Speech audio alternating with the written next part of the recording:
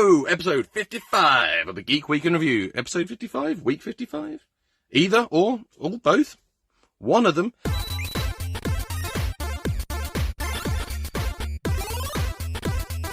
The Geek Week in Review.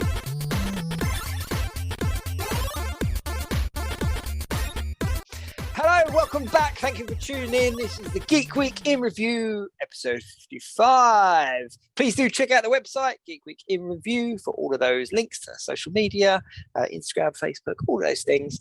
We do appreciate you. So Ryan gave us an introduction and we got a little message to play from Ryan. It sounds like some kind of presidential campaign, doesn't it? But as you can see from the box, Ryan's missing again. This is becoming a common occurrence. But we'll let him off this time because he is actually on holiday. And because no one's been able to go on holiday for so many years, we're all due one at some point. So Ryan is actually sunning himself as we speak. But he has sent in a little message. So let's roll the clip. Much like Wolverine's costume from the live-action X-Men films, I'm missing. I'm not here this week. Unfortunately, unfortunately for you, maybe, or you might be happy. Who knows? I'm going to be in Zakynthos, so I'm not going to be in this episode, but I will be sending in a vid for next week about the terrifying knockoff toys that I discover. Mwahaha. But anyway, I'm sure the guys have got loads to talk about because so much has happened. And you know what? I'm sure they're going to say nothing but nice things about me, and I'll probably listen to it later and cry. But anyway, until then, keep it geek. No, wait, that's Jake's bit. Sorry, guys. Over to you. Oh, so there we go. So that's Ryan Speaks Geek. Trying to steal my little catchphrase there. I'm not impressed, Ryan. Like every week he tries to do it, and he finally gets one in when he sends a clip from abroad. So, but yeah, no, I'm looking forward to his video next week with the especially following our chat about counterfeit toys last week. I am looking forward to seeing what treasures he uncovered. Weird and wonderful things he finds out there. Yeah, and knowing Ryan, he's going to buy them all as well. He'll blow like 50% of his holiday budget on like really random toys.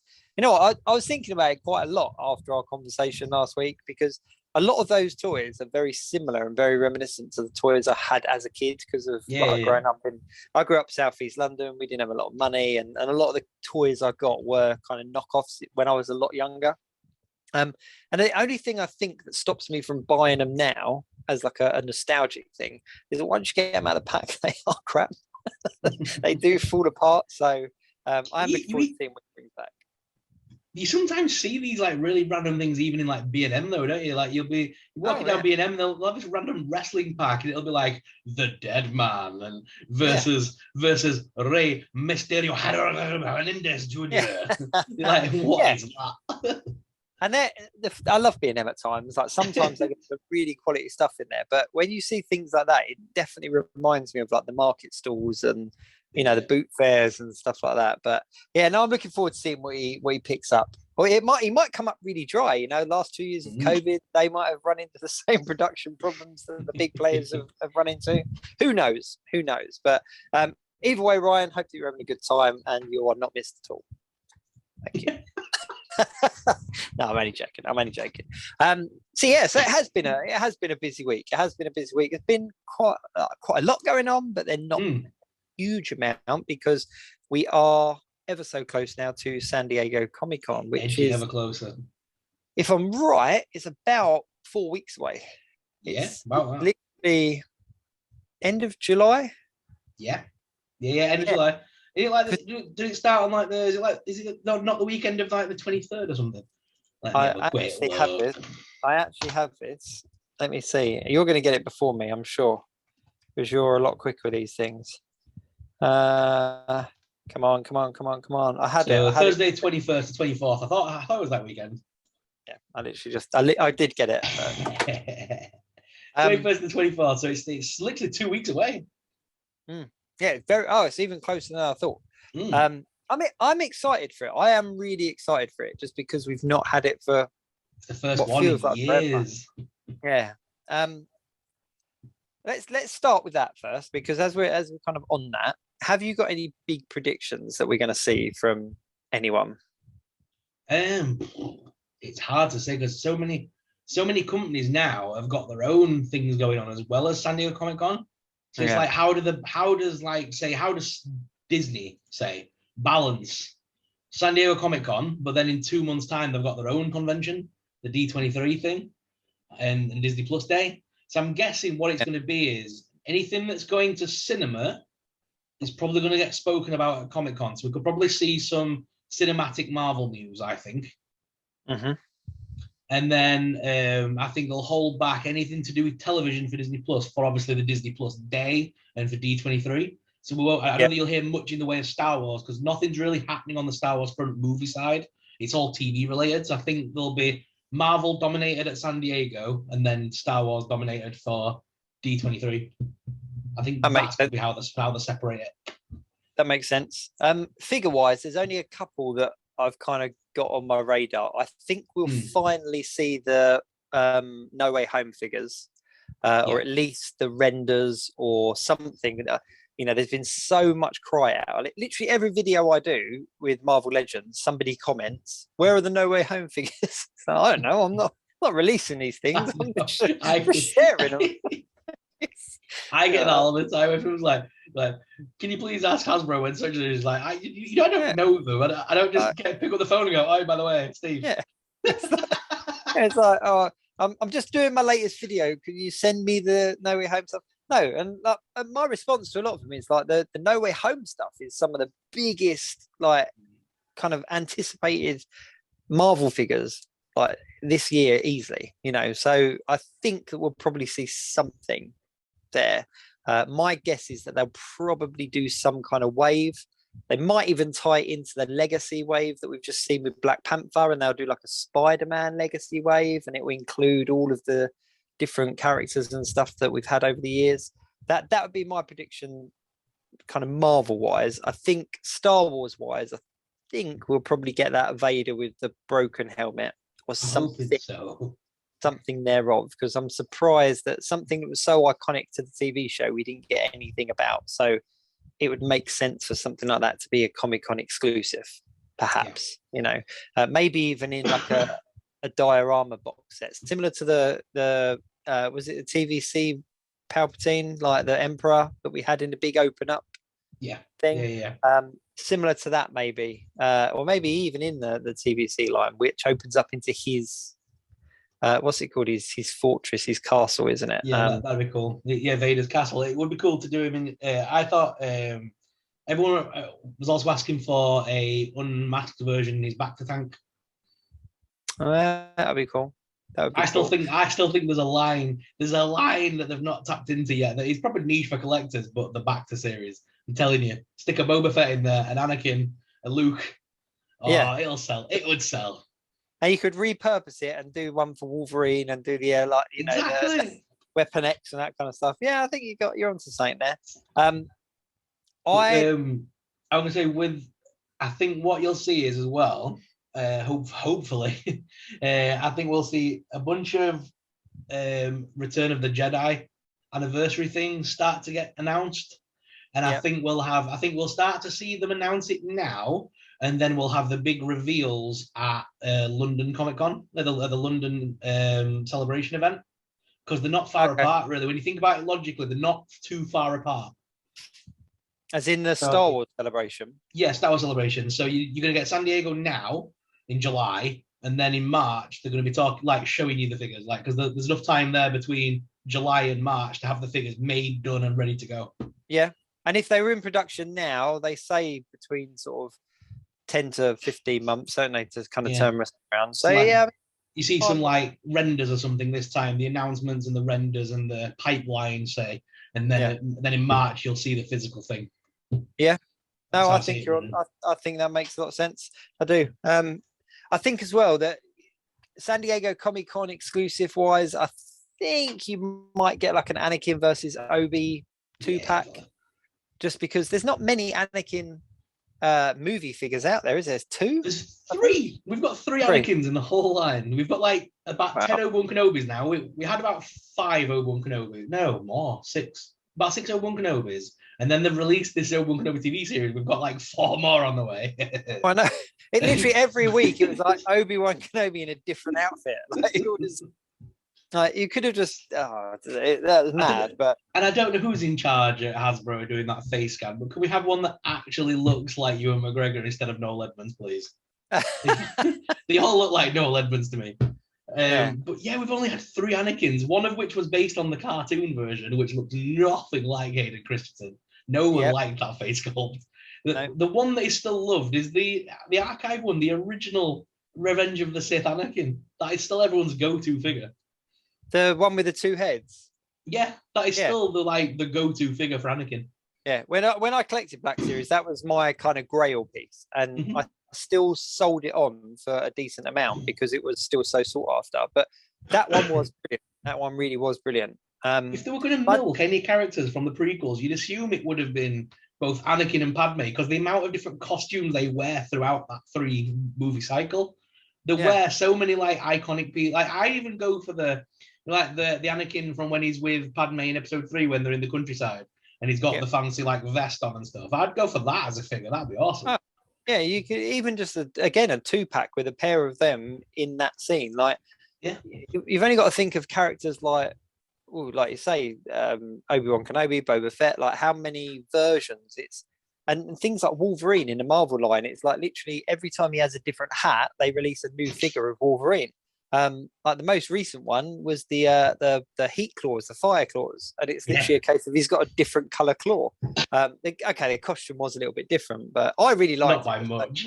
But it wasn't. Like the Wolverine figures are all very similar, but they pump out so many, and then you've got a character so iconic as Anakin Skywalker, and they've never done like a young Anakin Skywalker in the 6-inch line, have they? Like it's and that's. I know they did one in like the smaller figures. I don't know what line that fell into, but the Phantom Menace when they pumped out all those. Yeah, so they did. They've recently done the TVC version of Young Anakin. From episode 1, but that's the first one. That was basically a reissue. It wasn't even like a new figure. It was a reissue of the original TVC one. So it's very old. I'm not sure if it's to do with likeness rights. I'm not sure because obviously he's not on good terms with Star Wars, is he? No. Since what happened, I don't think he ever came really back. I don't think. Is he called Jake Lloyd? No. Yeah, Jake Lloyd. Jake Lloyd. Yeah, I'm pretty sure. Pretty sure it's that. Yeah, it's something like that. I can't remember. young Anakin is what. Young Anakin. But yeah, it's a shame because we don't have any figures of him, and I've always said a 6-inch version of that figure would go really well because we've got Anakin, we've got Qui-Gon, we've got Obi Wan, we've got Qui-Gon, we've got Jar Jar now. We just need. Because he was a younger character, you could essentially the photo scan wouldn't have to really look a huge amount like him for people to be okay. They'd have to have the outfit, the haircut, the kind of skin complexion, and they could pretty much get away with it. Like, yes, people would complain, it doesn't look exactly like him, but I think when you look at some of the likenesses, like you say, the Obi Wan Kenobi doesn't look a huge amount like Ewan McGregor, so they could probably get away with it. But I just think there's so much potential there. So I think that the fact that kind of flashback scene was so iconic in the TV show, I think for them to not give us, and I think that's the only version of Obi-Wan they didn't give us from the show as well. They gave us every other costume. So I'd like to see that. So yeah, I think that's my predictions for San Diego Comic-Con. I can't really think, like, usually I'm quite good with on the mark, especially with Marvel, like what's coming or what's being kind of whispered about, but I've not really heard a huge amount. It's been so I think since we've had a lot of like leaks and stuff in the past, I think Marvel and Hasbro and that have got a lot better at keeping it under the hat now.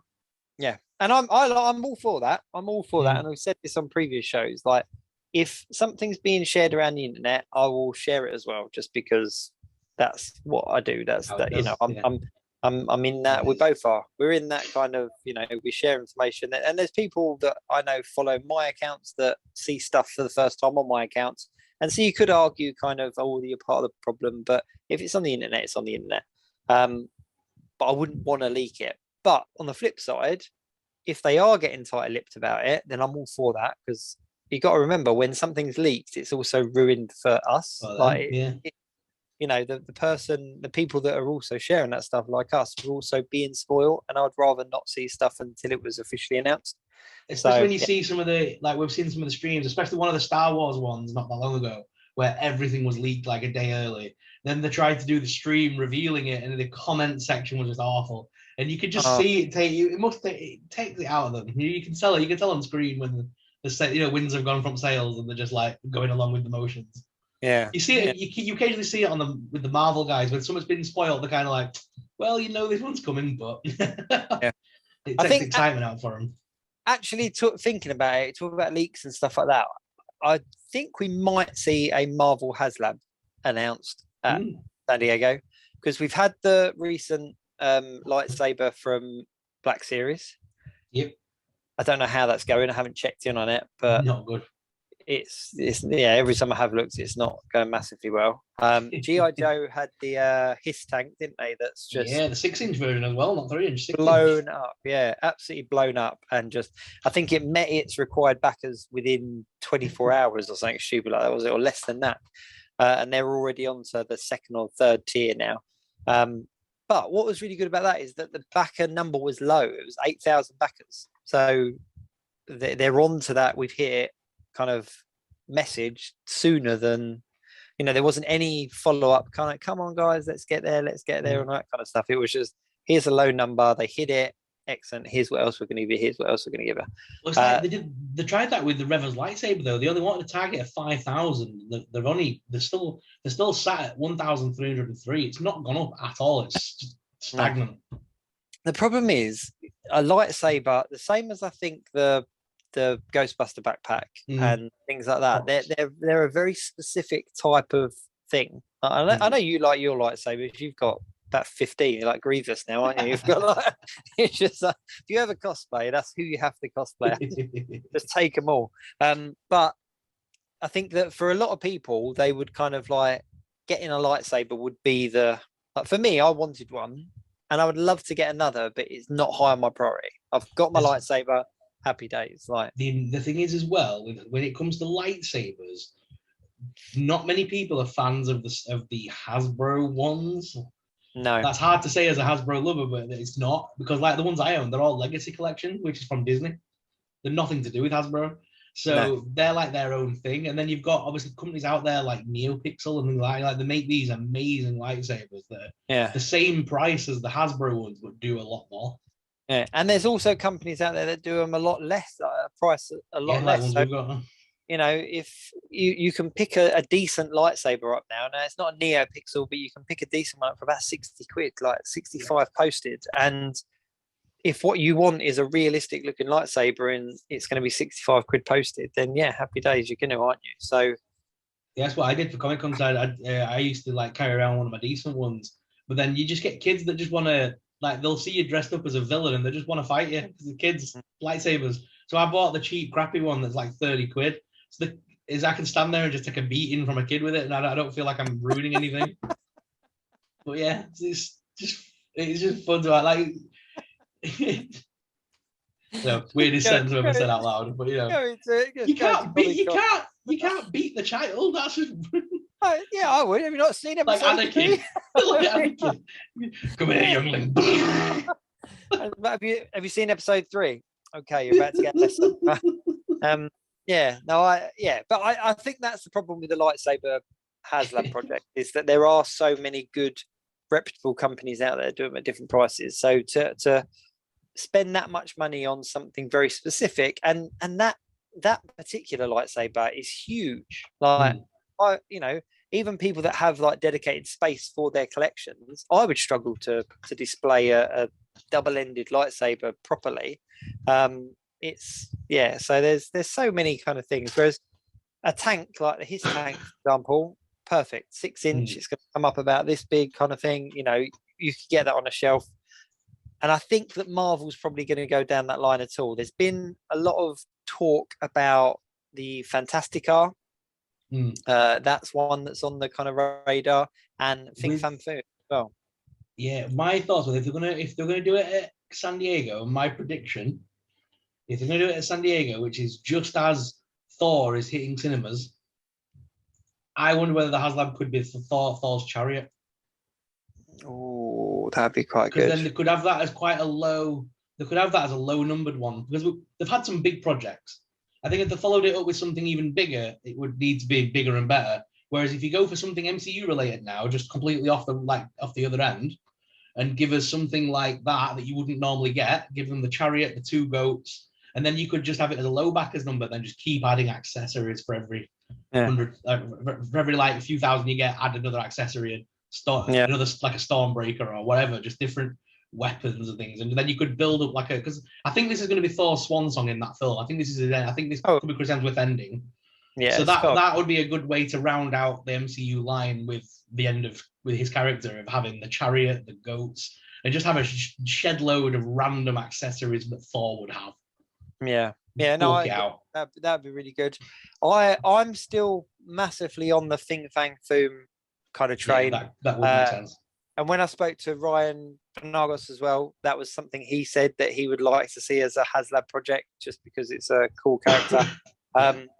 But it's like I've said, you could have him, and because of the size of the character, he would be a lot smaller than the Sentinel, a lot smaller than the Galactus. So it would be a lot cheaper to back. You could have the numbers lower, and you could just throw in extra accessories like 6-inch figures. You do 3 tiers, 3 extra figures, a Thing Fang Foom that's like, I don't know, 15, 20 inches high, 25 at a push. Like that to me would be that would make the most sense. Or they kind of jump on the Fantastic Four train at the moment. They've got Galactus. They've just pumped out a load of figures. They do a fantastic arc because the amount of people that have Galactus or have him come in, and the amount of people that have all these Fantastic Four figures, that would be another potential. People are saying the Blackbird for X-Men, but I think that's too big. I would even struggle as to whether I'd back that or not, because it would have to be huge to get your 6-inch figures in. Or they might go down a different route and do a HasLab project for the new retro line, the 3 3/4 inch line. That could work. Like a decently priced HasLab project, like a Danger Room or a Blackbird or something like that. But as a collector of that line, for me, they are a static kind of. They're just in the shelf, like they're in the cabinet. They just stand there. To have an accessory or a play set would to make either Blackbird, Quinjet, those kind of things would need to be huge to fit because you'd want it to fit the characters in, and we're talking 6-inch X-Men now, and you want to fit 4 or 5 of them in it. The thing would have to be like, I think it'd have to be huge. Yeah, it would. No one's got space for that. Surely no one's got space for that. So I mean, I love the idea, but in thinking out logically, that'd be a huge set, and it would cost a lot of money. Yeah, I think some kind of playset would be good for the retro line, because you could do it with cardboard inserts, and you could even have it so that it was a bit like the kind of old school playsets that had the plastic kind of framing where the cardboard inserts slide in, and then your tiers is a whole nother cardboard setup. So essentially, you have like a Danger Room.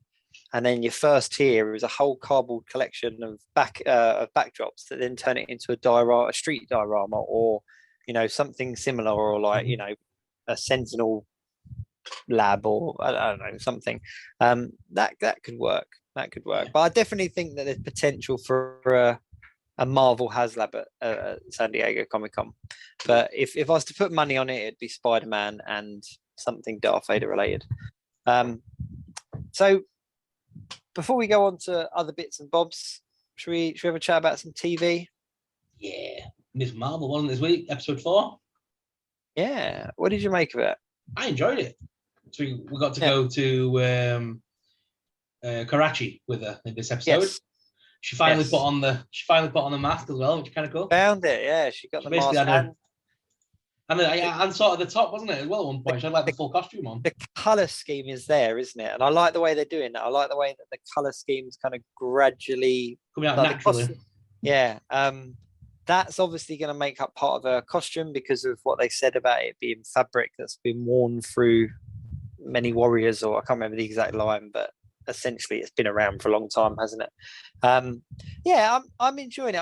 I'm not as hyped as I was on the first couple of episodes. The first couple of episodes really hyped me up, but I'm still loving it. I'm really, really enjoying it. I like her level of quirky humor, like the bit where she's fighting that guy in like the train stationy bit. And he's saying about a girl from Jersey, like, how do you know I'm from Jersey? Like, you're wearing a Jersey Girl shirt. Stuff like that. Them cheesy little jokes. I'm enjoying stuff like that. Very tongue-in-cheek. She's as an actor, she's brilliant as well. Because looking at her in interviews and kind of behind the scenes stuff, like she is just Kamala. She's just the character. Like they're so, so intertwined. Like it just really works. It's really, really well cast. Like I think that I can't imagine anyone else playing that part as well as she has. And I think that's what I enjoy the most about it, is the quirkiness. But I don't really know where it's going to go. Like you're kind of seeing villains form and stuff, but I'm really, really, really sort of stuck on where it's going to go or what direction it's going in. Because I don't even know how many episodes there are. Another 2? Are they only doing 6? I think it's 6, isn't it? 6 is the magic number. So that's essentially 2 more episodes for them to put her in costume and for her to kind of be out there as Miss Marvel. Because she's going to be in the new film. Yeah. So I doubt there'll be a season 2 before that. No, it'd be hard pushed. Yeah, I think that will be part of her story. Yeah, so this has got to end on she is now Miss Marvel. Yeah. And I think it will end. It will end with the crossover with Brie Larson. I think she'll be in that final episode, like crossing it over and kind of connecting the dots. How or why, I'm not 100% sure. I'm not sure how they're going to get there just yet. Did you see the Disney Cruise video that was going around with the characters? No. Have you not seen it? So there's the Disney Cruise. They've got like the Marvel cruise ship, haven't they? And there's like a video clip that's playing. And in a nutshell, for anyone that hasn't seen it, it's Ant-Man and the Wasp talking, and they're talking to Captain America, as in Sam Wilson's Captain America, and Ultron's back in this, like Ultron, James Spader's voice as well, and then he kind of attacks, and there's like a load of Ultron drones, and Captain America's fighting them, but Miss Marvel's there in full costume. So we've seen her in costume now on screen from the Disney Cruise before we've seen her in the TV show, which is odd. And she's just kind of fangirling the whole way along. She's asking to take selfies with Captain America, and then Captain Marvel comes and she's kind of watching that, and Wasp comes and helps out as well. And it's all just kind of basically Ultron attacks and these heroes kind of put it together. But what felt weird is that they were all recognizable characters and all established characters apart from Miss Marvel, who's obviously new. But it wasn't a team as such, because we've watched the Avengers kind of form as a team, whereas these guys, there hasn't been any kind of origin story or team building film. But it's cool, it's quirky, and whoever it is that's filmed it has kind of caught all the clips, obviously play the clips at different times throughout the meal or the cruise or whatever it is that they're doing at the time. But someone's kind of spliced them all together on the internet, and it makes a good couple of minute kind of movie. I don't know how they warrant Ultron being back, like how that works, but they need a villain to fight on the cruise ship, I suppose. Well, that's the thing, and I was just like, why did they pick someone that's gone, like someone that is kind of well and truly gone? But yeah, I'm enjoying Miss Marvel. I've got no real complaints about it. The hate for it has kind of dropped off a little bit, hasn't it? Like people have been a little bit less noisy about their hate for it. I'm just really enjoying it. I mean, that's pretty much all I can say about it. It was the same with the hate thing was the same with Star Wars, wasn't it? Once people got over the fact that it's not going away and you can't do all about it, just get on with it. Then the heat dies off. Just people being keyboard warriors. I just don't get it. I really don't get it. I'm like, it's that old saying, isn't it? If you've got nothing nice to say, then why bother even saying anything at all? Like, if you've got nothing nice to say, don't say anything. And it rings true. Like, I do not understand the mentality of, I dislike something so much that doesn't bother me that I need to express my opinion publicly. Like, there's loads of stuff I don't like. I just keep my mouth shut. I just think of that thing of, films are going to happen, TV is going to happen. It might necessarily be what you wanted, but that's not how television works. You're not going to like everything that gets pumped out, and that's okay. No, it's completely okay. Like it. And what does make me laugh as well, especially, I suppose it's a little bit more true about Marvel than it is Star Wars, but all of this stuff is in the comic books. Like it's all there. These are stories that have been told in some way, shape, or form for years and years, and for multiple runs in some of it. And then someone puts out a 90-minute movie, and everyone kicks off. It's just like, yeah. Speaking of movies, Thor is out on Friday. Any plans to see it at the weekend? Yeah, I probably will do, to be honest. It's Thor. I do like Thor. I think I'm going to be going to see it the Friday or the Saturday at a push, but the spoilers are going to hit over the weekend. So if anyone is listening and isn't planning to go and see it at the weekend, then do be aware that the spoilers are going to be everywhere come Friday, Saturday. I'm really excited, although the reviews or the early reviews I have heard have been very mixed, just because it's Taika Waititi. You either love him or hate him. It's Chris Hemsworth, it's Chris Pratt. We spoke briefly last week, didn't we? That you pretty much know what you're walking into. It's not going to be Schindler's List. It's going to be tongue in cheek. It's going to be fun. It's going to be goofy. Like in the trailer, for God's sake, you see Zeus click his fingers and like Thor stood there in the nude. Like. I've said before, when you see those horrible things that come up, like Vanity Fair, or they gave it 1 star. Like, Vanity Fair's a fashion magazine. Why is it watching Thor? Yeah.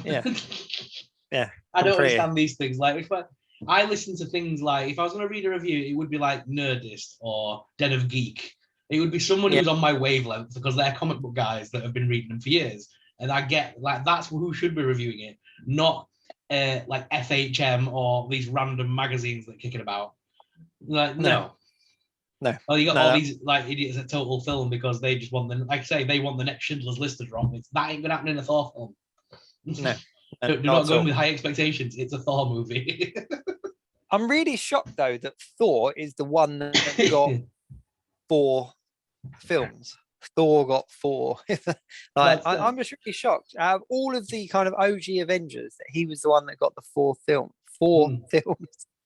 4 with an F, not 4 with a T. I was really shocked because his first 2 films weren't received very well. It was only Ragnarok that really pulled him back, and that was because it went down the comedy route.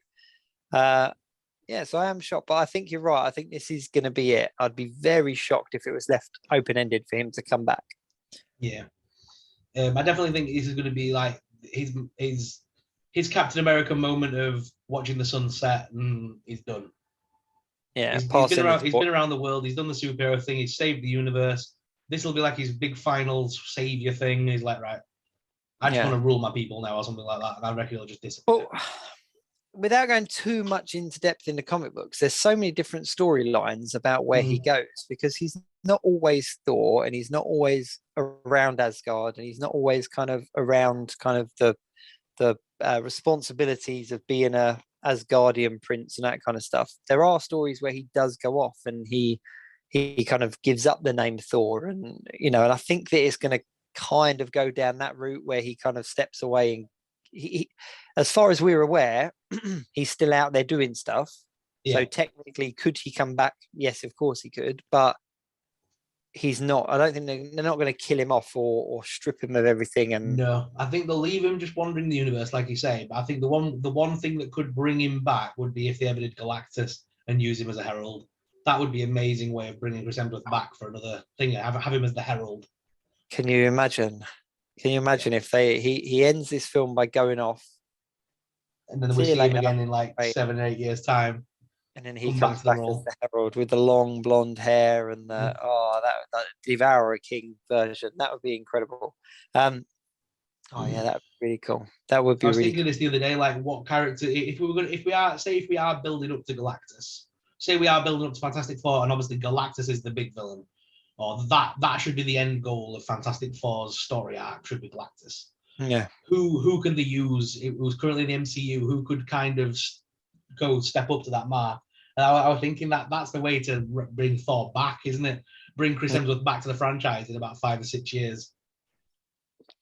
Even just for that movie. Give him a break from it. Yeah, just give him a break from it and then bring him back as the herald version of Thor. Do the one series, do the 1 or 2 films, wherever it ends up being for Galactus, and leave it at that. That would be cool. I rewatched Shang-Chi the other day on Disney Plus because I really enjoyed it the first time round, and I've only watched it twice, I think. Once. And so I rewatched it, and I don't think enough people are talking about that post-credit scene. There's a couple of things that really stuck out to me with that post-credit scene. Watching it now after what we've had, so after Multiverse of Madness, we know that the Illuminati are out there, don't we, in other universes. But then you look at that collection of people that they had in that post-credit scene. You had Bruce Banner, that's obviously like, you know, your scientist, very clever, Reed Richards kind of counterpart. You had what's his name? Captain Marvel, obviously, which is like your superhero overpowered, and they had Captain Marvel in an Illuminati, but just a different version. You had Wong, who was the Sorcerer Supreme. Obviously, in the Illuminati, you had Mordo, didn't you? Yeah. So you're already kind of seeing the 616 Illuminati equivalent in that post-credit scene. You can then argue as well that you've got Shang-Chi there, and he could then balance out against somebody like Captain Marvel or Black Bolt or someone like that, one of the other characters, because of his powered up thing.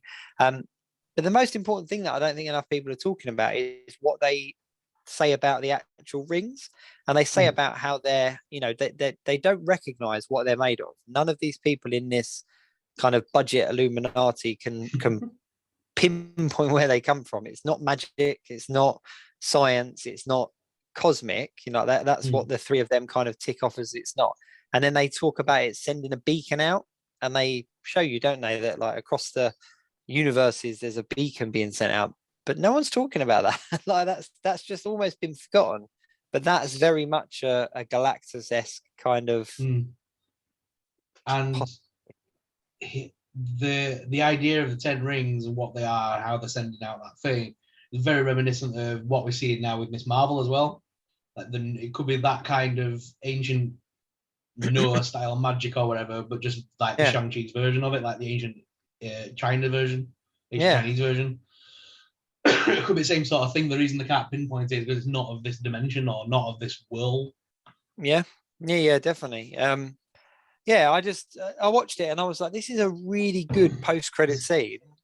Watching it now, at the time it was kind of, oh look, here we go, thrown in some familiar faces and it's all tied together. But after watching Multiverse of Madness and after watching kind of Miss Marvel and where it's going and stuff, I was like, there's a lot to unpack here that I don't think people have. And I think it's going to be one of them scenes that in a couple of years' time, when we know where things are, people are going to look back and go, man, that they foreshadowed it right that there. Start.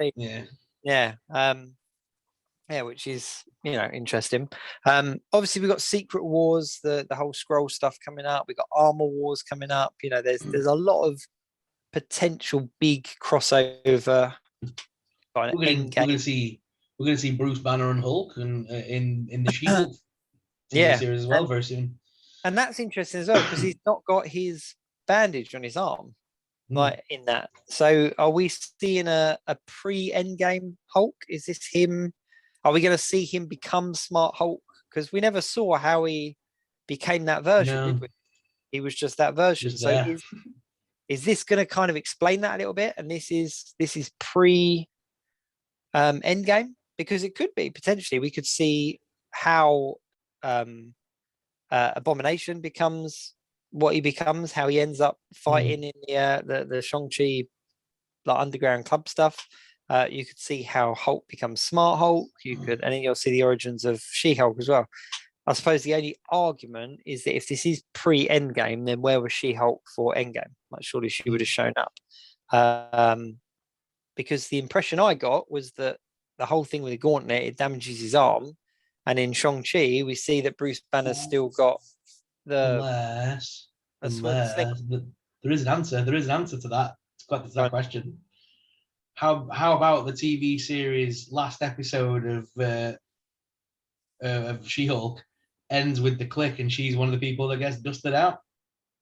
That would completely take her out of the idea of why wasn't she there for the big fight at the end? Because she wasn't around. That's very good. If you just come back from being dusted, you don't think, because she wasn't a part of the Avengers at that point. She was just a friend of Hulk. I don't think. So assuming that, if she's just come back Their from being cousin, dusted, well. Hulk's already involved in the whole thing. He's not going to come back and get her. They're already No. getting ready for the fight and stuff. They're going in. So it would explain that she's just, and that like the post-credit scene could be her just reforming after the dusting. Like, whoa, what happened there? Yeah, that would actually work really well.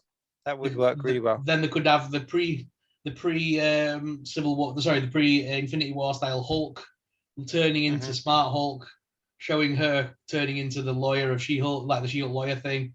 Then dust her out. Post-credit scene, bring her back. It sounds silly, but it eliminates that issue of the story. I think yeah, you could have really hit a nail on the head there. And then just to keep the theory going, once she comes back from the dusting, Charlie Cox is stood there. That'd just get the pop. You've been gone for 5 years, madam. And I just straight as tie, put his glasses on. That would be really good. I must admit, talking to Charlie Cox, Disney Plus and Marvel across social media are really pushing the Defender stuff on social media. I don't know if you've seen this, but a lot of promo art, a lot of fan art, and they can't just be pushing it for views because it's just there, isn't it? It's on the platform, but there must be something bigger going on. There really must be something bigger going on. I think I read somewhere that it's confirmed that they're going to do a new series of Daredevil with Charlie Cox.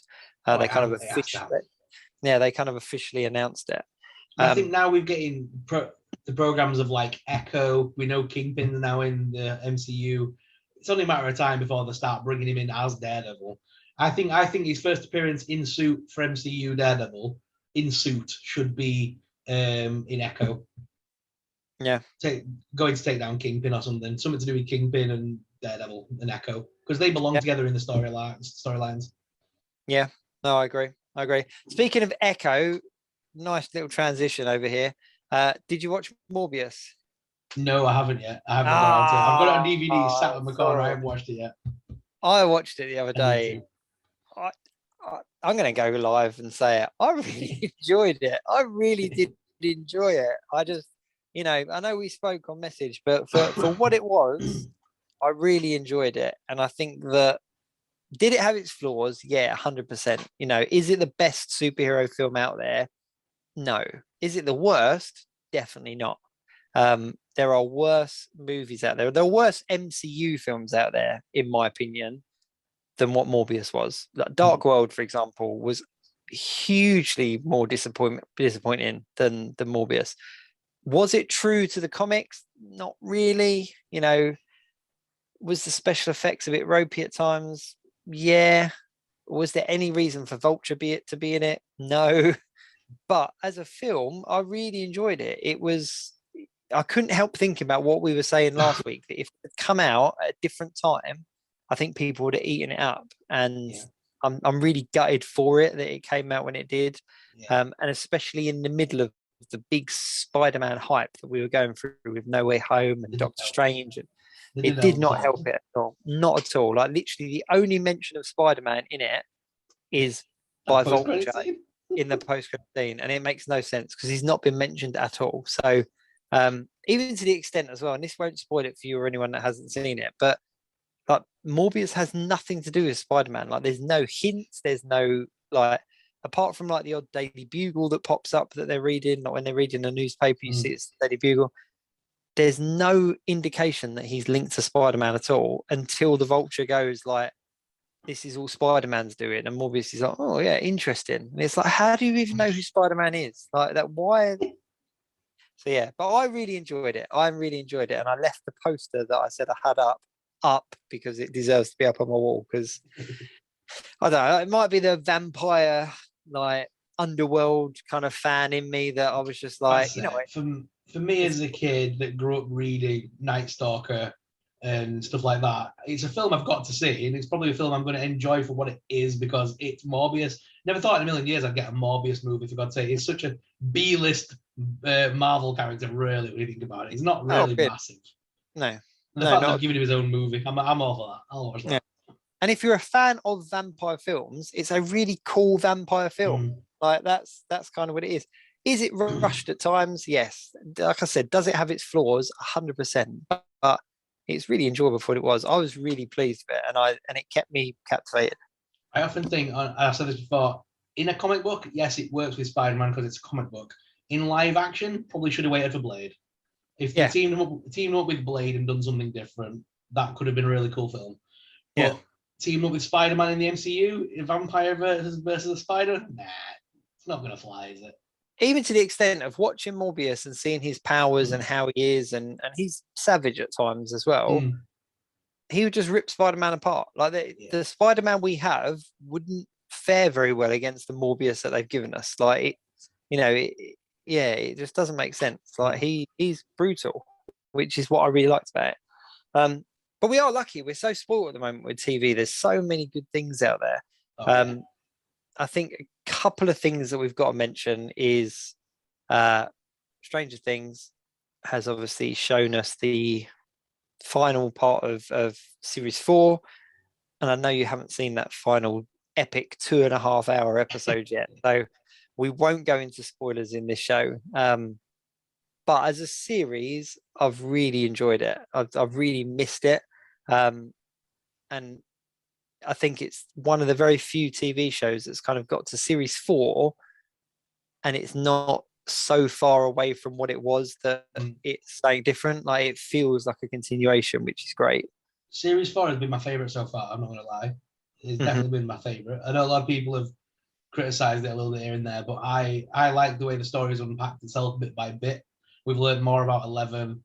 We've learned more about, obviously, 1. Is it called 1? Yeah, the first one that's the big bill, the big V.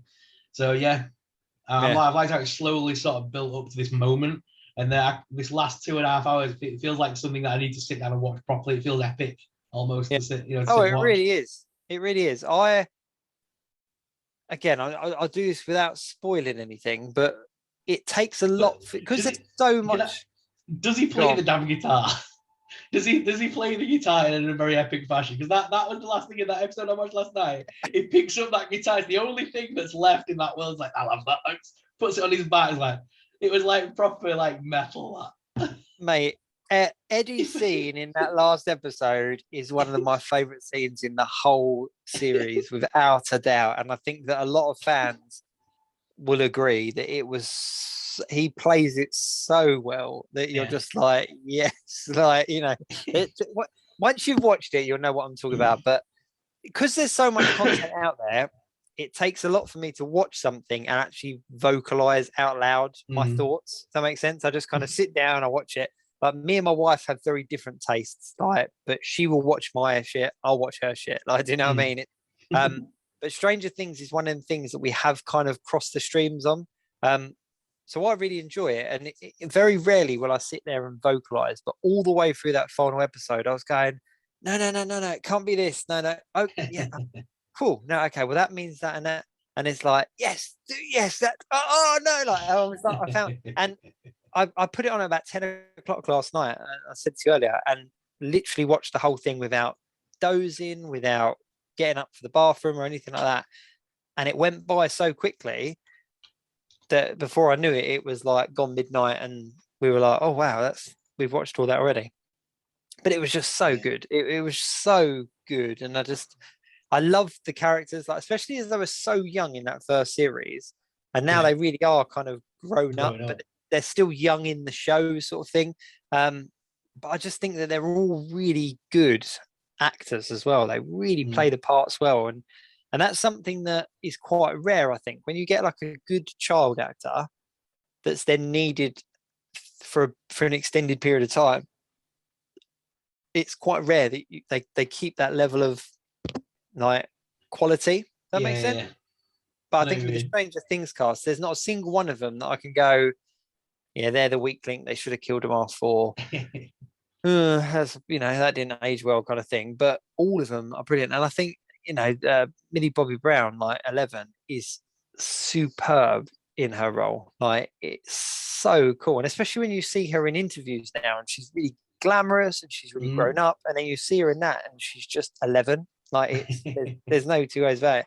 But yeah, that final episode is brilliant. And I won't give any. For me, I always like, for me in that TV series, always gravitated towards like the Dustin character because that was me as a kid. I was the short, fat little geeky kid that read comic books, played Dungeons and Dragons, and nobody wanted to be around because they annoyed them. Then you meet these older lads as you get to high school that play Dungeons and Dragons, and you fall in with these random little rock and roll kind of guys. That's exactly that's exactly my trajectory at school. Like I got to high school and instantly made friends with the older kids that played Dungeons and Dragons. That was me. You find your gang, don't you? You find your crew. He's just so cool, and I think you hit it now on the head there. There's something so relatable about him for so many people.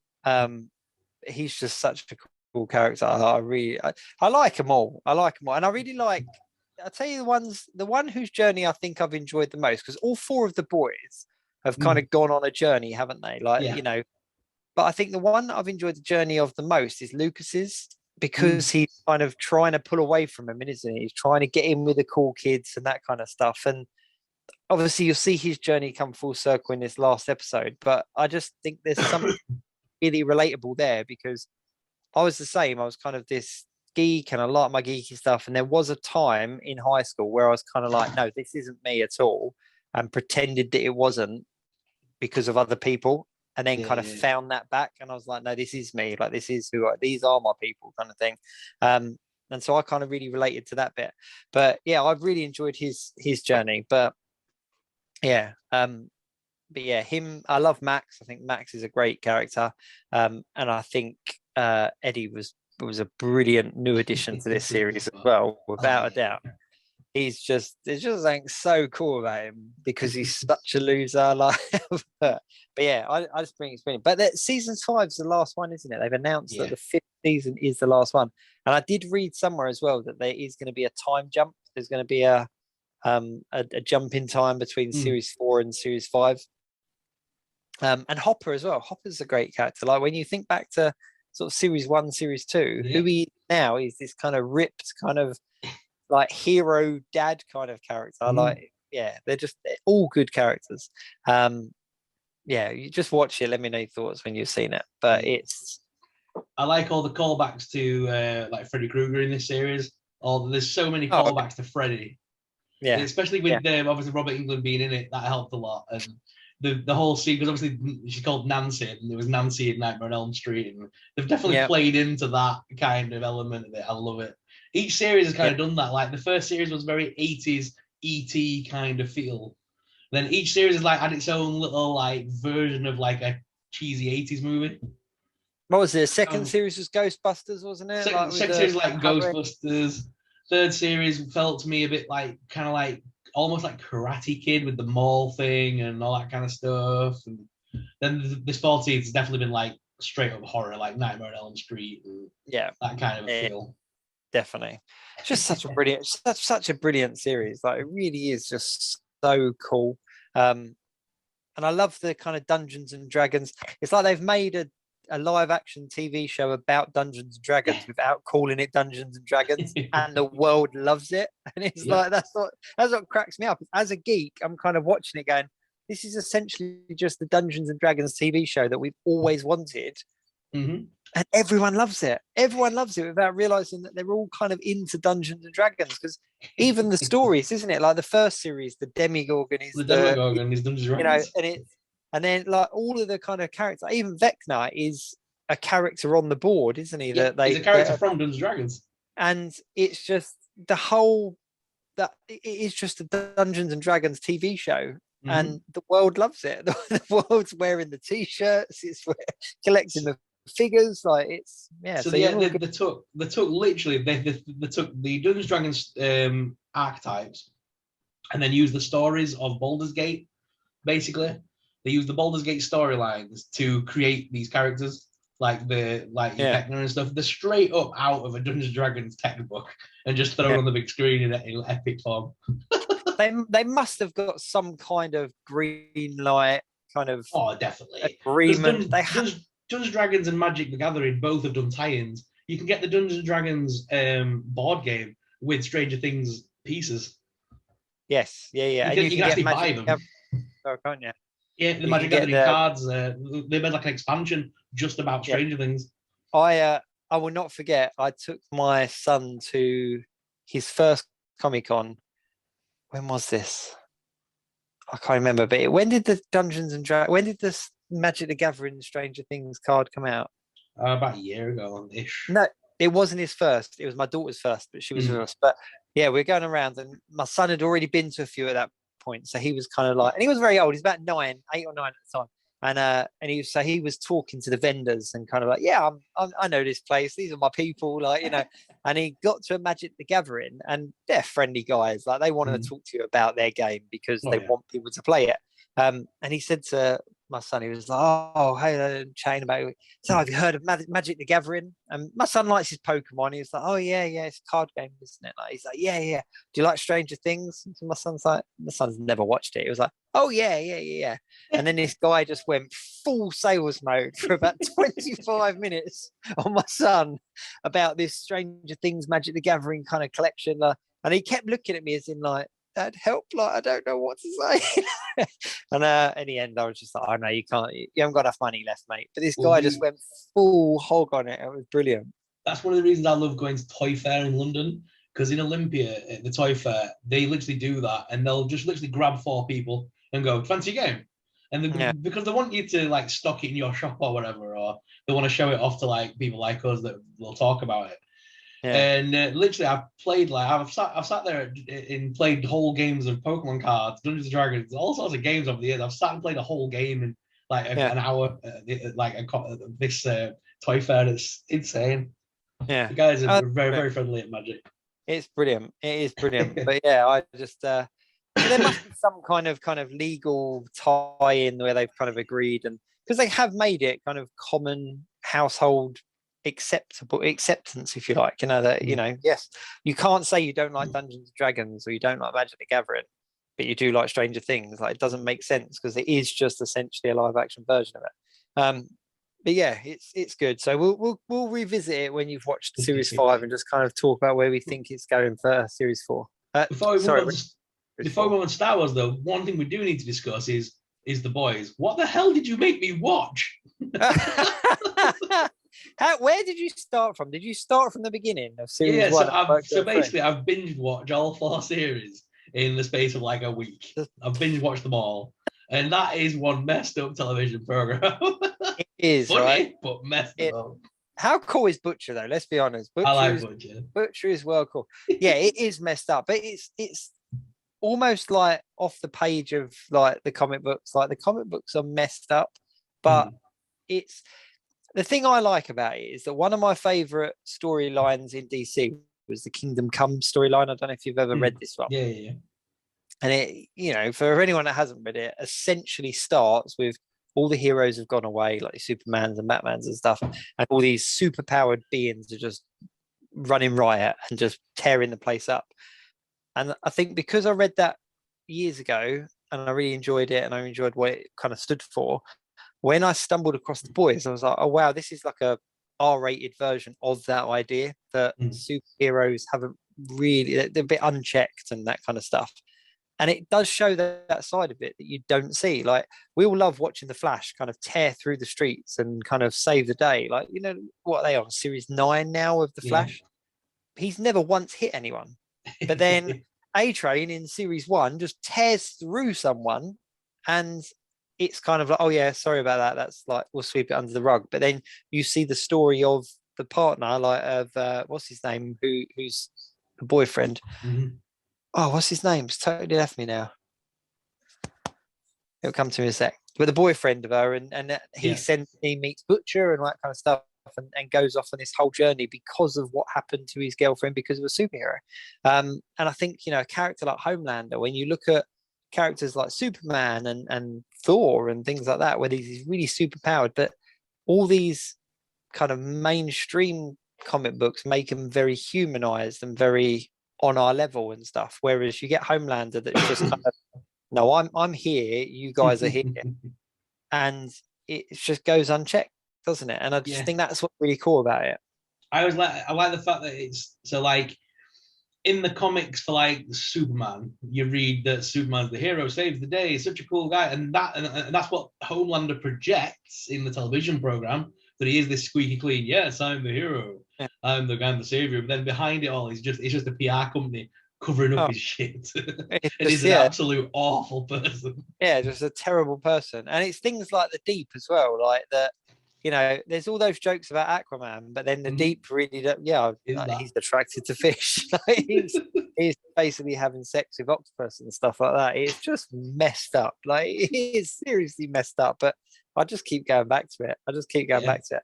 I like did the fact that enjoy. they're definitely. You can definitely see who each one of the characters are meant to represent from like modern comics, Oh, right down to like that whole character of Kirika.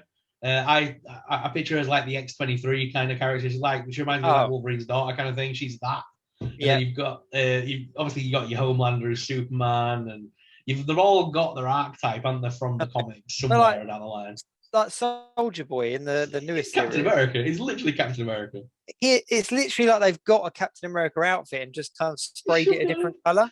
Like, it's just, and he's so cool. Like, you know, Captain America with PTSD. Like, you know, it's like, yeah, he would have that kind of, like, and that's something that's not explored. Like, Captain America essentially like was in a coma for however many years and woke up in a completely alien environment, but he's never once had any kind of sign of PTSD or trauma or any kind of, he's just, oh yeah, I'm back to being Captain America. Whereas this guy is messed up and constantly high. Like, it's just kind of, but I just think it's brilliant.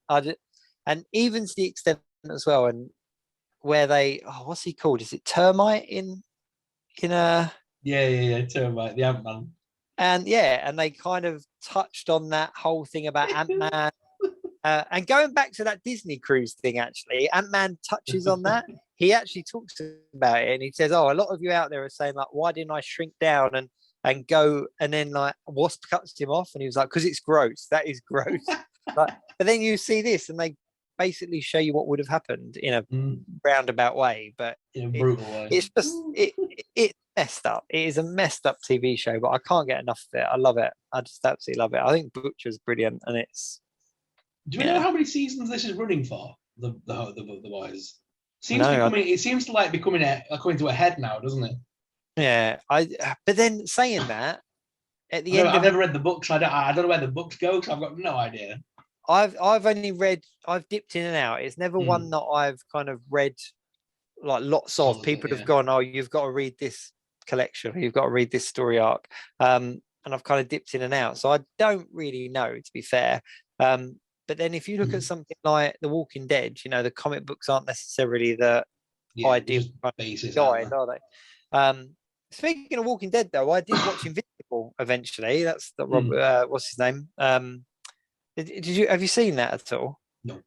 It's again, it's really messed up. Like, it's really cool. It's a cool animation. But a lot of the voice actors from The Walking Dead voice characters in that. It was just a really cool series, like 9 episodes, 6 episodes, something like that. So I've just kind of been filling my time with other properties just while we're waiting for other stuff to come out. The boys, I think they have missed a massive trick though by not hiring Jeffrey Dean Morgan to play someone, because he would fit into that world so easily. Just playing that like comedian style role that we used to know him playing, or like even his character from Walking Dead was the comedian, wasn't it? Negan was. The comedian hands down. It's just him. It was just without the costume. I'd like to see some other people in it. I'd like to see where they go with it, but I don't know how this one ends. That's one thing. I don't know how this series is going to end. So, did you watch the latest episode? Yeah. So spoilers for anyone that hasn't. So look away now. But they obviously reveal that Soldier Boy is the biological dad of Homelander. Yeah. Now, I haven't read that part in the comic book, so I don't know whether that's true or whether that's a ploy, but in the TV show, that's what they've obviously announced. So I don't know how that's going to work out. And the guys are using V so much that it's going to kind of mess them up at some point. So again, I don't know. They just found out they can only have 4 potions of it? Yeah, but before it starts to mess them up. But I'm sure more. Yeah, well, he's I don't think I can never remember the names. The blonde kid. I don't think he's had that many. But Butcher's screwed. He's had loads at this point. He's taken loads. Yeah. He had loads. He's looking for an antidote. He's constantly on it. But I love the fact that he's got almost the same powers as Homelander. That's what's really cool. Yeah, I just love it. It's kind of that reality check away from all the superhero stuff. I love all my Marvel, and I love like a lot of the DC stuff that's being pumped out. But the boys just kind of bring it home and just kind of like, yeah, this is what it'd really be like. Speaking of Marvel, though, just while we are on the subject of things being like shown and stuff, did you see the Black Panther leaks of, well, not really leaks, but they showed us Namor. Oh no, I pictures didn't of see him. that. Ooh, no, Yeah, so it's off of I think it's off of merchandise, off of like maybe t-shirts or something like that. But they've shown you kind of essentially what he's going to look like, and they've gone for a much more kind of Aztec look, which is quite cool. They've made the his ties to like the Aztec history and stuff. So his costumes a lot more kind of Aztec-y looking. They've kept the wings on his ankles though, which is a nice touch. But yeah, we've essentially seen what he's going to look like. Wow. Yeah. And I can never remember the name of his villain. It's something like Atam, No but idea. he's essentially like a big blue guy that's got like, well, in the comic books, he's got like a big gold kind of headdress and stuff, and he's essentially like a bad underwater guy. But they've shown you artwork of him, and he's got like a hammerhead shark skull as a headdress, and he just looks really cool. So I'm excited to see how they cross that in, because Black Panther, the first film, didn't really have that, did it? It didn't really go out of Wakanda. It all had kind of ties to Wakanda. So it'll be interesting to see how they interact with these other other places. And I'll be curious to see how this Wakanda Forever film, the Black Panther 2 film, because obviously having the absence of Black Panther, how it's going to tie in with a wider universe and the other characters out there. Well, we get Riri Williams in this film as well, don't we? Riri Williams is coming in this movie, as well as obviously now we know Namor is going to be in it. So we've got two big names there from the comics coming in, and obviously we'll still have all the secondary characters, Shuri and all that. They'll still be kicking about. So I think it should be good. I do and I don't like what they're doing with the whole, don't recast, Chadwick Boseman's part, which I get, but I think they should pass the mantle to another character in the franchise, not necessarily rehire someone to play Black Panther, but just give the mantle to Shuri or to someone else. I think they will, to be Eventually. fair. I think that's how, because in the comic books it did. It's not like she became Black Panther at one point. There was a point where that character was Black Panther, and I think if I was to predict what is going to happen, it'll be some kind of storyline that follows that he is gone. That I don't know how they're going to write it in. I don't know how they're going to make that work. But one thing I'm confident with is however they do it, it's going to be respectfully done and well executed, because of the nature of the real life situation. But I often wonder because they knew Chadwick Boseman was dying. No, but he kept it quiet for a long time, didn't he? But they knew though, didn't they? Because it was when he obviously had to film his final bits and stuff, and I think they knew at that point. How cool would it have been if he's already recorded something that nobody's aware of to use later down the line? Like, what if it's some little message of, take that thing that they have to eat to become Black Panther? What if it's just him?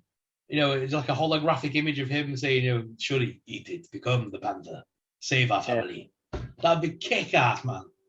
That would be amazing. Yeah. And then you kind of got his seal of approval on it as well. That'd be fine. That would be really poetic and really brilliantly done. Who knows? But there is that storyline in the comic books where Shuri takes up the mantle of Black Panther, and I think that they can't be disrespectful or kind of try to jump the shark by giving it to her anyway. Like, no one could turn around and go, oh, well, you're just giving it to her because she's the only one there, sort of thing. Because in the comic books, that's what happens. And I think that whatever happens in this film, especially being called Wakanda Forever, I think it's gonna go along the lines of Black Panther not being there, the Wakanda being kind of vulnerable, and because of the whole forever thing, somebody else taking up the mantle and that person being Shuri. Yeah. And that's somehow going to tie in with Namor and all the rest of it. So that's kind of my prediction. It's Especially, kind of obvious, but especially with them going down this route of we're getting Riri Williams as the new Iron Man, Lady Thor's coming into things. We've already seen like a very female-dominated new roster. To not have Shuri in there as the female Black Panther, she needs to be in there. Like it would, if they're gonna do it, that's the time to do it. I know people hate it when they do that, but if they're gonna go for like a female-dominated cast, she needs to be in there as the Black Panther, as the female equivalent. Mate, all those people that complained about that sort of A-Force kind of setup in Endgame, where all the comics, where all the female characters were in one place at one time, and everyone kind of kicked off. Marvel have kind of gone, okay, we'll build this properly and then see what you say. And they have kind of set it all out, even to the extent of She-Hulk. Like, there's all these female-dominated leads, which is really cool. A new Avengers film, it's just predominantly female, and then we get like a male Black Widow. That would be like just completely gender swap it. Because we've got this, like, you've got all these new female characters coming in, but then in the background we've got the young Avengers in the works as well. So it's like the female cast can lead the way for a little bit and then pass over to the young Avengers. That's how I see it working. I'd be down for that as well. If there was like essentially a team up movie of these female characters, like I'd be 100% down for that. I think that'd be a great watch because. Again, it's like anything, like they're pumping out so much content and they're making the money, gaining the audience that they can make this content. To give us a female-led Avengers team-up movie or superhero team-up movie, that'd be brilliant. Like, what other sort of day and age would they be able to do that? Like, they've got it all established. It's all kind of there in the works. So I think Shuri is definitely gonna take that on. And we obviously got the Black Panther Legacy figures from Hasbro come out recently. But interestingly enough, they've landed here on our shelves, but over in the States, they're still not. Some of them still aren't even up for pre-order. Who's landed in the UK? Is it with Smiths? Smiths got the majority of it. I've seen him in Smiths. I literally had him in hand yesterday. And I often wondered where this line was going to land. I wondered if it was going to land in Smiths or where. Is it Legends? It's Marvel Legends. Right, okay. Yeah. So Marvel Legends it's not even, no, sorry. Marvel Legends haven't created it. Hasbro have a legacy line. Legacy line. And in Smith, they had a Black Panther children's kind of claw set that was legacy, marked up as a legacy. And I think I've even got a picture of it. And then they've got the mask, probably, because that was out when the first film came out. The mask, as in the Black Panther mask. Yes. So that's been re-released. Yeah, look, these. Yeah. So there, if I zoom in, like you can see the legacy kind of sign there. So they had those in Smiths, and then they had the whole wave of. Well, I say wave. It wasn't a wave. It was a collection, and there is a difference, obviously. But the whole collection of the Marvel Legends figures, and essentially they've given us all the kind of main figures, including Shuri, but they've also given us M'Baku, which was the builder figure, which a lot of people kicked off about, and they gave us both versions of Chadwick Boseman's Black Panther. So the one from Civil War, which came out in an earlier wave, and then the one from the Black Panther wave, which was the one that was from the Black Panther film. And they've put all those out, but they landed in Smiths and they're like $25.99 a pop. And they are essentially the same figures that we had before, but they have got an updated paint application. So just really subtle little differences. Like in the Black Panther mask, it's got purple eyes on one of them and the lines are painted better. Shuri's got a lot more detail. I think the best value for money is the M'Baku because he was a builder figure and it was hard to get a builder figure as well. Yeah, he was 6 pieces. So both arms, both legs, the torso and the head all came in separate boxes. And not a lot of people bought them because it was the Black Panther wave. You had to get the whole wave of figures, and that included things like Claw, multiple versions of Black Panther. There was a not T'Challa. What was his dad called? Oh, T'Challa. I've got blank. No, T'Challa. No, T'Challa he's Black Panther, isn't it? His dad had a different name. James Earl Jones. T'Chaka. T'Chaka, there we go. I knew it was something similar, but I couldn't remember for the life of me. But it was a T'Chaka figure, but him in his Black Panther costume, which I thought was personally, I thought it was really cool because it was the Black Panther costume with like the skirt and the I like kind that of one. kilt looking kind of thing. And someone that's kind of like part Scottish, I was like, oh, it's a Black Panther in a kilt, great. But I do with most waves. I was like, yep, I'm down for that. It's Black Panther wave. I'm 100% down for that. And so I got the M'Baku figure. And then when I found out it was harder to get, that to me makes a build a figure more not valuable in a monetary sense, but in a kind of like, yeah, I'm pleased that I've got this on my shelf. So for them to release that as a £25 figure, I was kind of like, that really does suck a little bit for collectors that have kind of been around for a while. You can get a better painted, kind of updated deco looking builder figure for 25 quid. That's a steal. But the rest of them, especially the Civil War Black Panther, because to have him at 25 quid, when over here in the UK 5 years ago you could pick that up in home bargains for £5.99, that's a ridiculous price hike. But for those people that are collecting now that don't have the Black Panther figures, they are so predominant in the kind of the what is it, phase 2, phase 3 kind of size of MCU. Like, it's great that they can go into a store and just pick them up off the shelf. But I put a video out on my social media just sort of saying that these guys are in hand now in the UK, and so many people in the States were like, haven't even got a pre-order for that one yet. Where are these? We can only pick up this one, because 2 of them are exclusive. So M'Baku and I think, I think it's the Civil War Captain America and M'Baku are both exclusives to, I think, different places. And then the others are just general release. So for us, again, we're kind of lucky that all of them have just been out on the shelf in one place. You could literally, if you had the money in your pocket, you could walk into Smith's tomorrow and you could buy the whole collection without breaking a sweat. They had multiple versions in there. But I think that this legacy line from Hasbro is something that they're going to play on. And I think having it as Black Panther now kind of makes sense, because you've got the new Black Panther film coming out. You've obviously got the tragic story that goes with Black Panther. And I think me personally, I think it's a nice tribute to what Black Panther is, as well as a film, as well as what it meant to the film industry. I think it's a nice tribute, but I think that Spider-Man would definitely be the next kind of legacy line. Yeah, the first 10 years wave for MCU did really well in Marvel Legends. So I think this is just like an extension of that. It's a way of going, right, we could focus on a film and release a whole wave of figures in one go. Yeah. Under that one film's logo, and then move on to the next one and then call it a certain, like, the legacy line or whatever. That's how they're going to do it. Yeah. The first 10 years was a brilliant collection. Like I said, it did really well. And even the Infinity Saga line that came out recently, not line, the collection, the Infinity Saga collection, again, was a really cool way of filling gaps. Like, you got Odin, you got Quicksilver.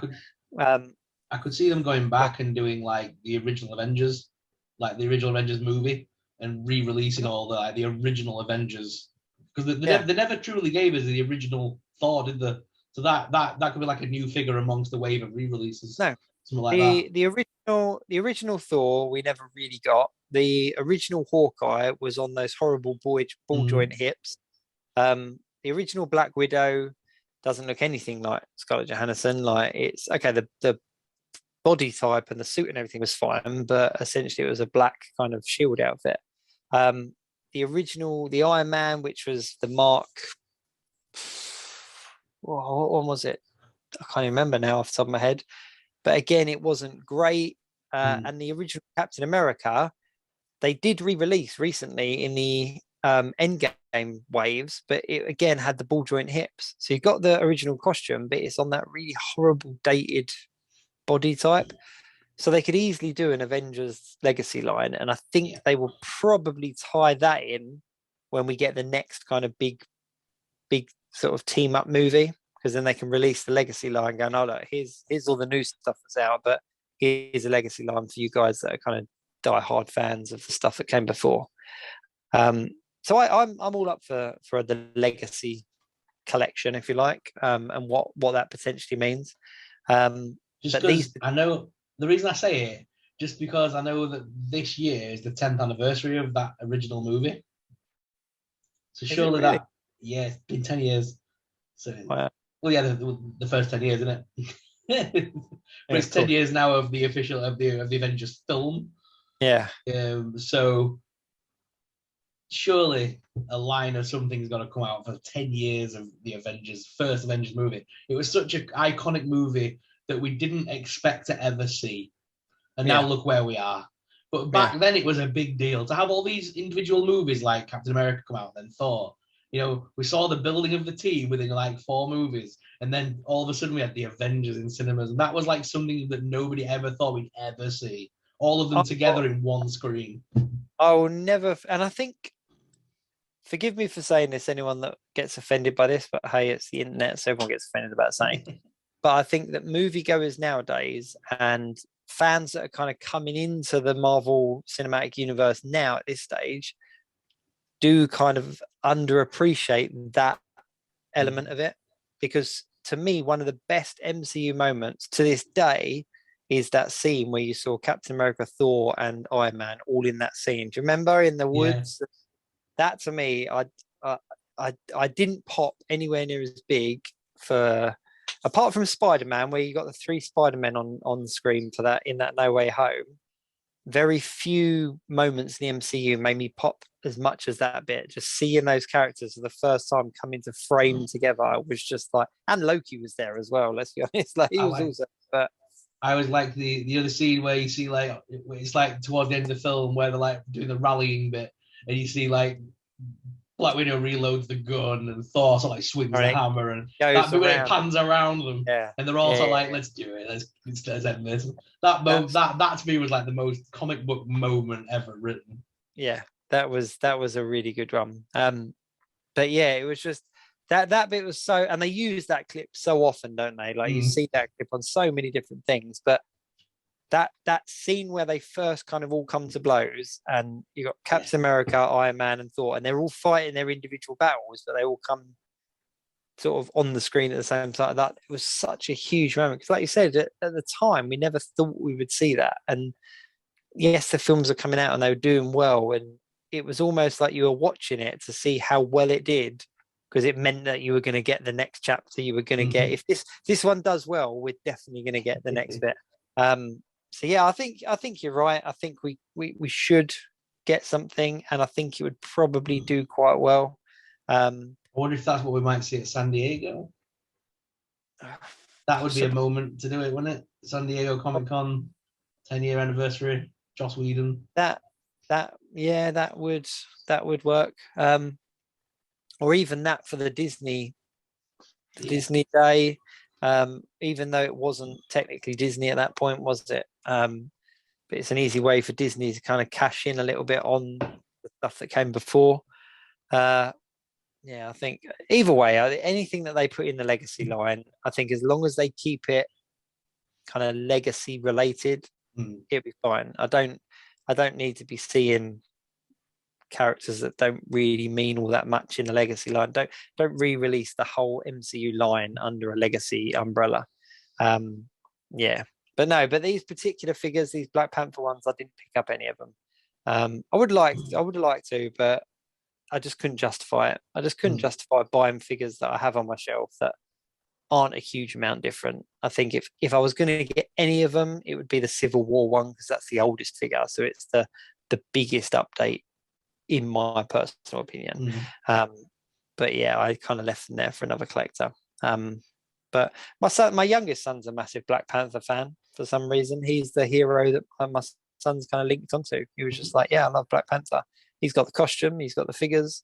So for him, walking in and seeing all these Black Panther figures, he was just like, this is amazing. I was like, yeah, you're not getting those ones. Let's go and look at the £10 ones or something.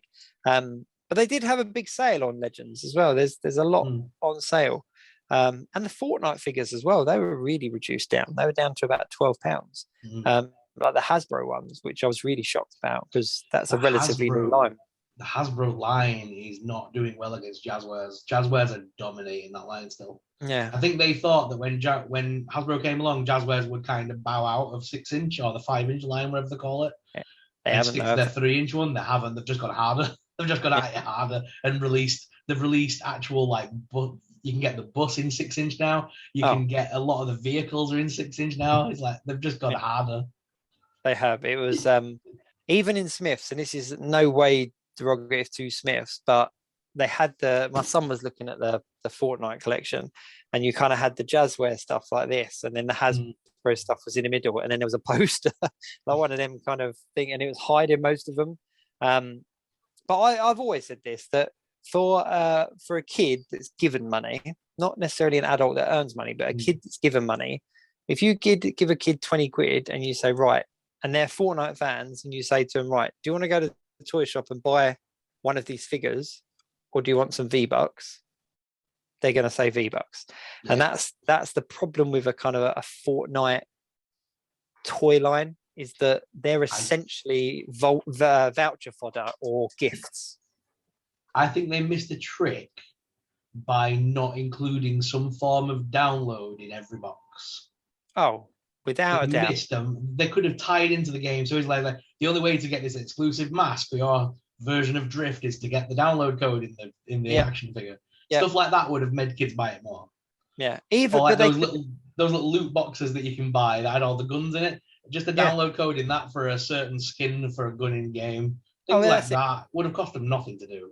Even just a wrap, like a gun wrap, or just literally, because people would buy it for those codes, So yeah, I was surprised that there was no tie-in at all. Or even, I think the real selling point for the figures would have been to have a download code for that skin, because of the way that Fortnite works, that you have certain skins that are in the almost like Toys to Life.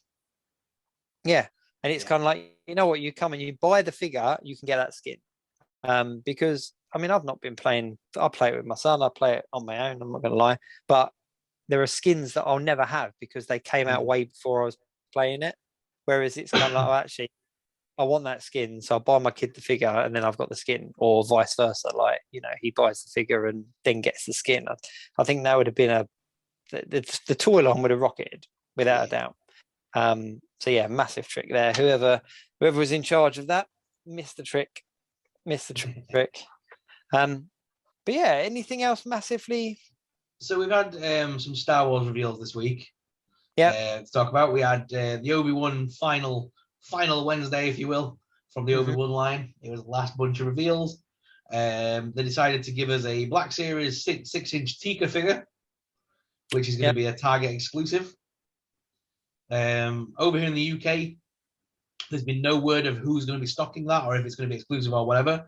It wasn't because I say that because the Black Series Obi-Wan that came out in this wave has already been and gone for pre-order on the Hasbro Pulse thing. The Jabim Obi-Wan. That's kind of come and gone and been pre-ordered now. The Tika has yet to rear its head in the UK as who's going to be stocking it, but in America it went live for pre-order and it's Target. Okay. So I'm not sure what's happening here in the UK with that one. No word yet. But the one thing that made me laugh more than anything in the world is the fact that we're getting Darth Vader Bop It. You know the fancy game Bop It? Bop It, pull what? it. Yeah. Pull it. We're getting a Darth Vader. It's a figure of Darth Vader. And it features the voice of the Emperor telling you what to do. Now,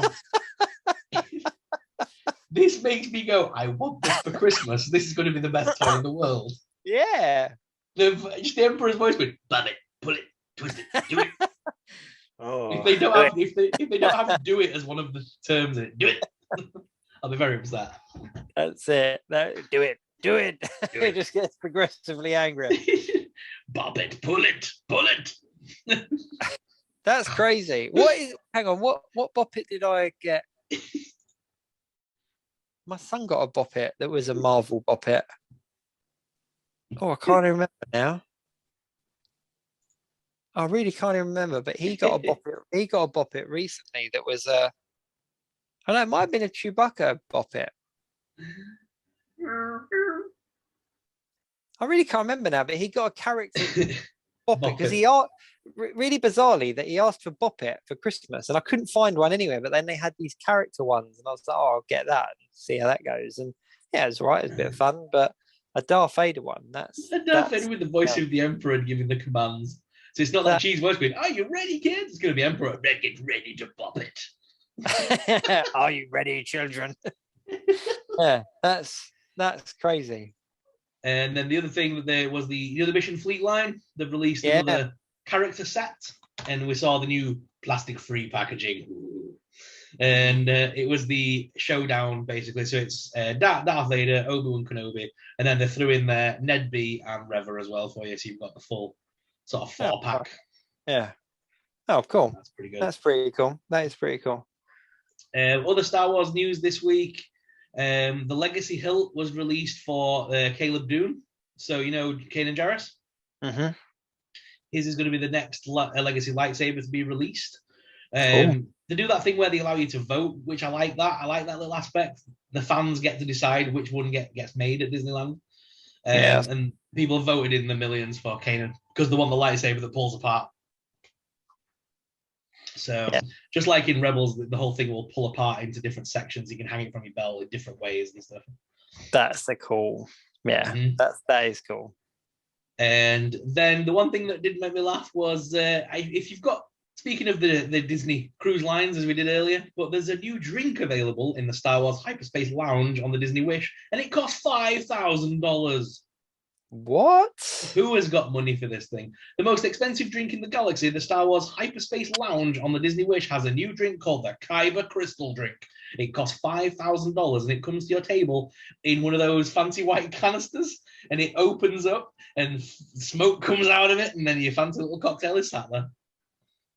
But it's a $5,000 drink. What do you get? What you get, like a car with this? The galaxy's rarest and most valuable cocktail is served at the Hyperspace Lounge. But I believe you get to keep the Camtano that it comes in.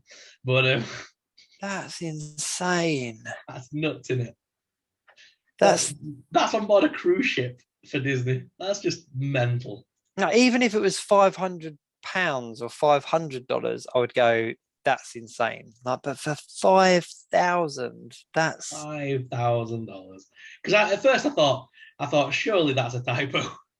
Yeah. No, it's not. It's all over their social media. It's $5,000. But that literally is like a family of four's kind of week holiday to Mallorca and back again. You know that's an overnight trip at the. That's an overnight trip at the Hyperspace Hotel. That's insane. $5,000. $5,000 for a drink. Nothing else. For a drink. Like, it's a cocktail.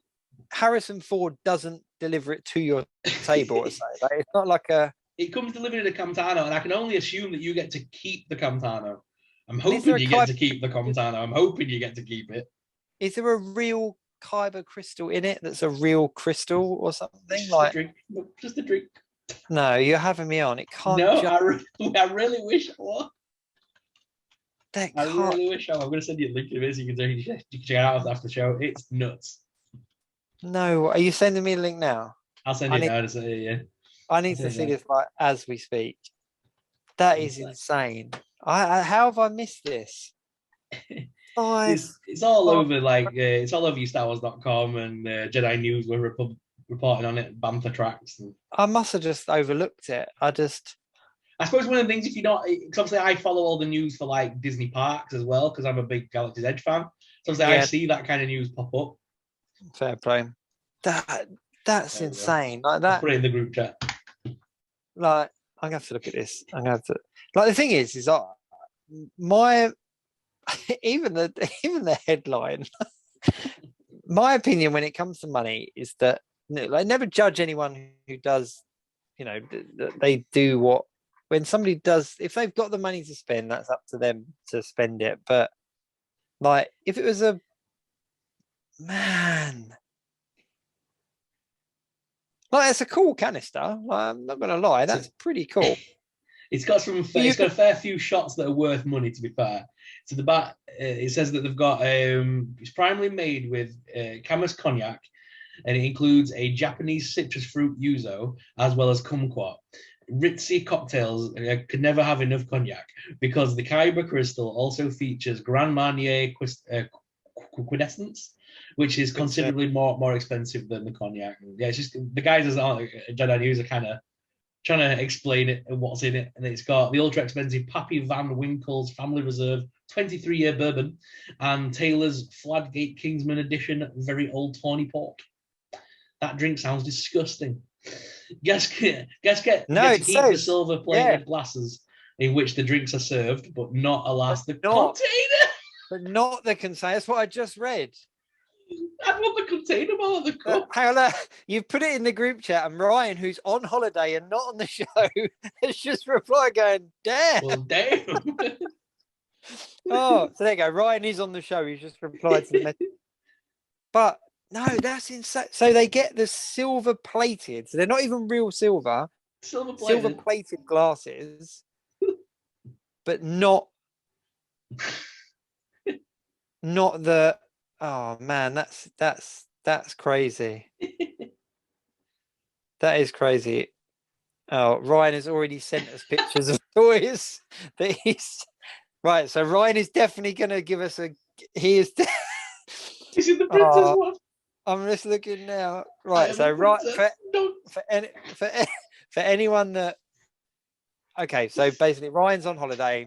He's going to do a whole segment next week on the dodgy toys that he finds on holiday.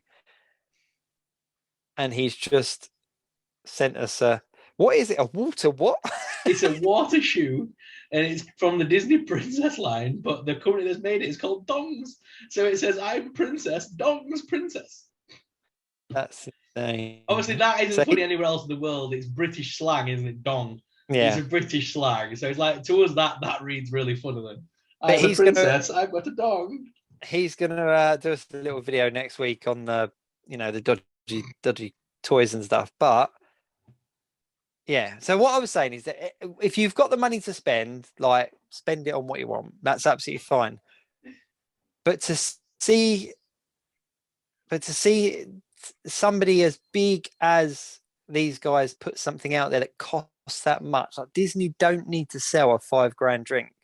And I wonder how much profit they're actually making when you look at the alcohol that's going into it, because the alcohol is expensive in this drink. But can you imagine ordering it and spilling it? Like, can you imagine going to get it out of the tank? And like, for anyone that can't see, I'll just look. That's the canister. That is your $5,000 drink right there. So, but you don't get to keep the canister. You just get to keep the silver plated glasses. Can you imagine being a staff member as well and serving up someone? Dave, someone spent $5,000 on that. Okay, right, fine. I'm going to get. And then they go and they present it. And, oh yeah, this is brilliant. Thanks so much. Close the thing, and then they go to take that canister back. But whoa, hang on! I've just paid $5,000. You're taking the packaging back. But yeah, you don't get this. Here's your glass. Like, man, that's insane. So the one thing that I did like about this hyperspace lounge, which really intrigued me, was if you go and sit in the bar while you're still docked in, I think it's Fort Lauderdale, Florida, or wherever it's docked in Florida, out of the window you can see the hotel. The ship that the hotel represents. Oh, I can't remember the name of it now. Halcyon. The Halcyon ship is going to be in the distance, and basically when the cruise ship leaves, obviously all the windows are going to animate, so it looks like you're like traveling through space in that little lounge, and you're going to see the Star Cruiser slowly disappear out of view and stuff. I thought that was a really cool little touch. That's cool. That is cool. Keeping it sort of in world and stuff. I like that. I like little nods like that. That is very cool. Well, I don't think we could get a higher point than a $5,000 drink as a good ending point for this show. Like that's. As soon as I saw it, I had to tell you that, because that's just insane, isn't it? We're not going to be able to say anything now that's going to top that. So I think that is a perfect place to end this week's show. But yeah, so as we kind of touched on a minute ago, Ryan is away. He will be joining us next week with a video just to share with us some of the amazing counterfeit toys that he's stumbled across on his travels. And then he'll be back the following week. But we may have a guest with us next week. We're not 100% sure, just dotting the I's and crossing the T's at the moment. So if we can make it work, we'll make it work. But But yeah, do check out the website, geekweekinreview.co.uk, and all the social links are on there for, of course, myself, SuperSorrell, Ryan Speaks Geek, and of course the Geek Week in Review as well. So do check it out, give us a follow. Unless you've got anything else to add, Sorrel, I think that's about it this week. I'm all good. That's good. Good way to stop. Cool. Well, $5,000 drink. That's mad. Insane. Until next week, everyone. Geeby Geek.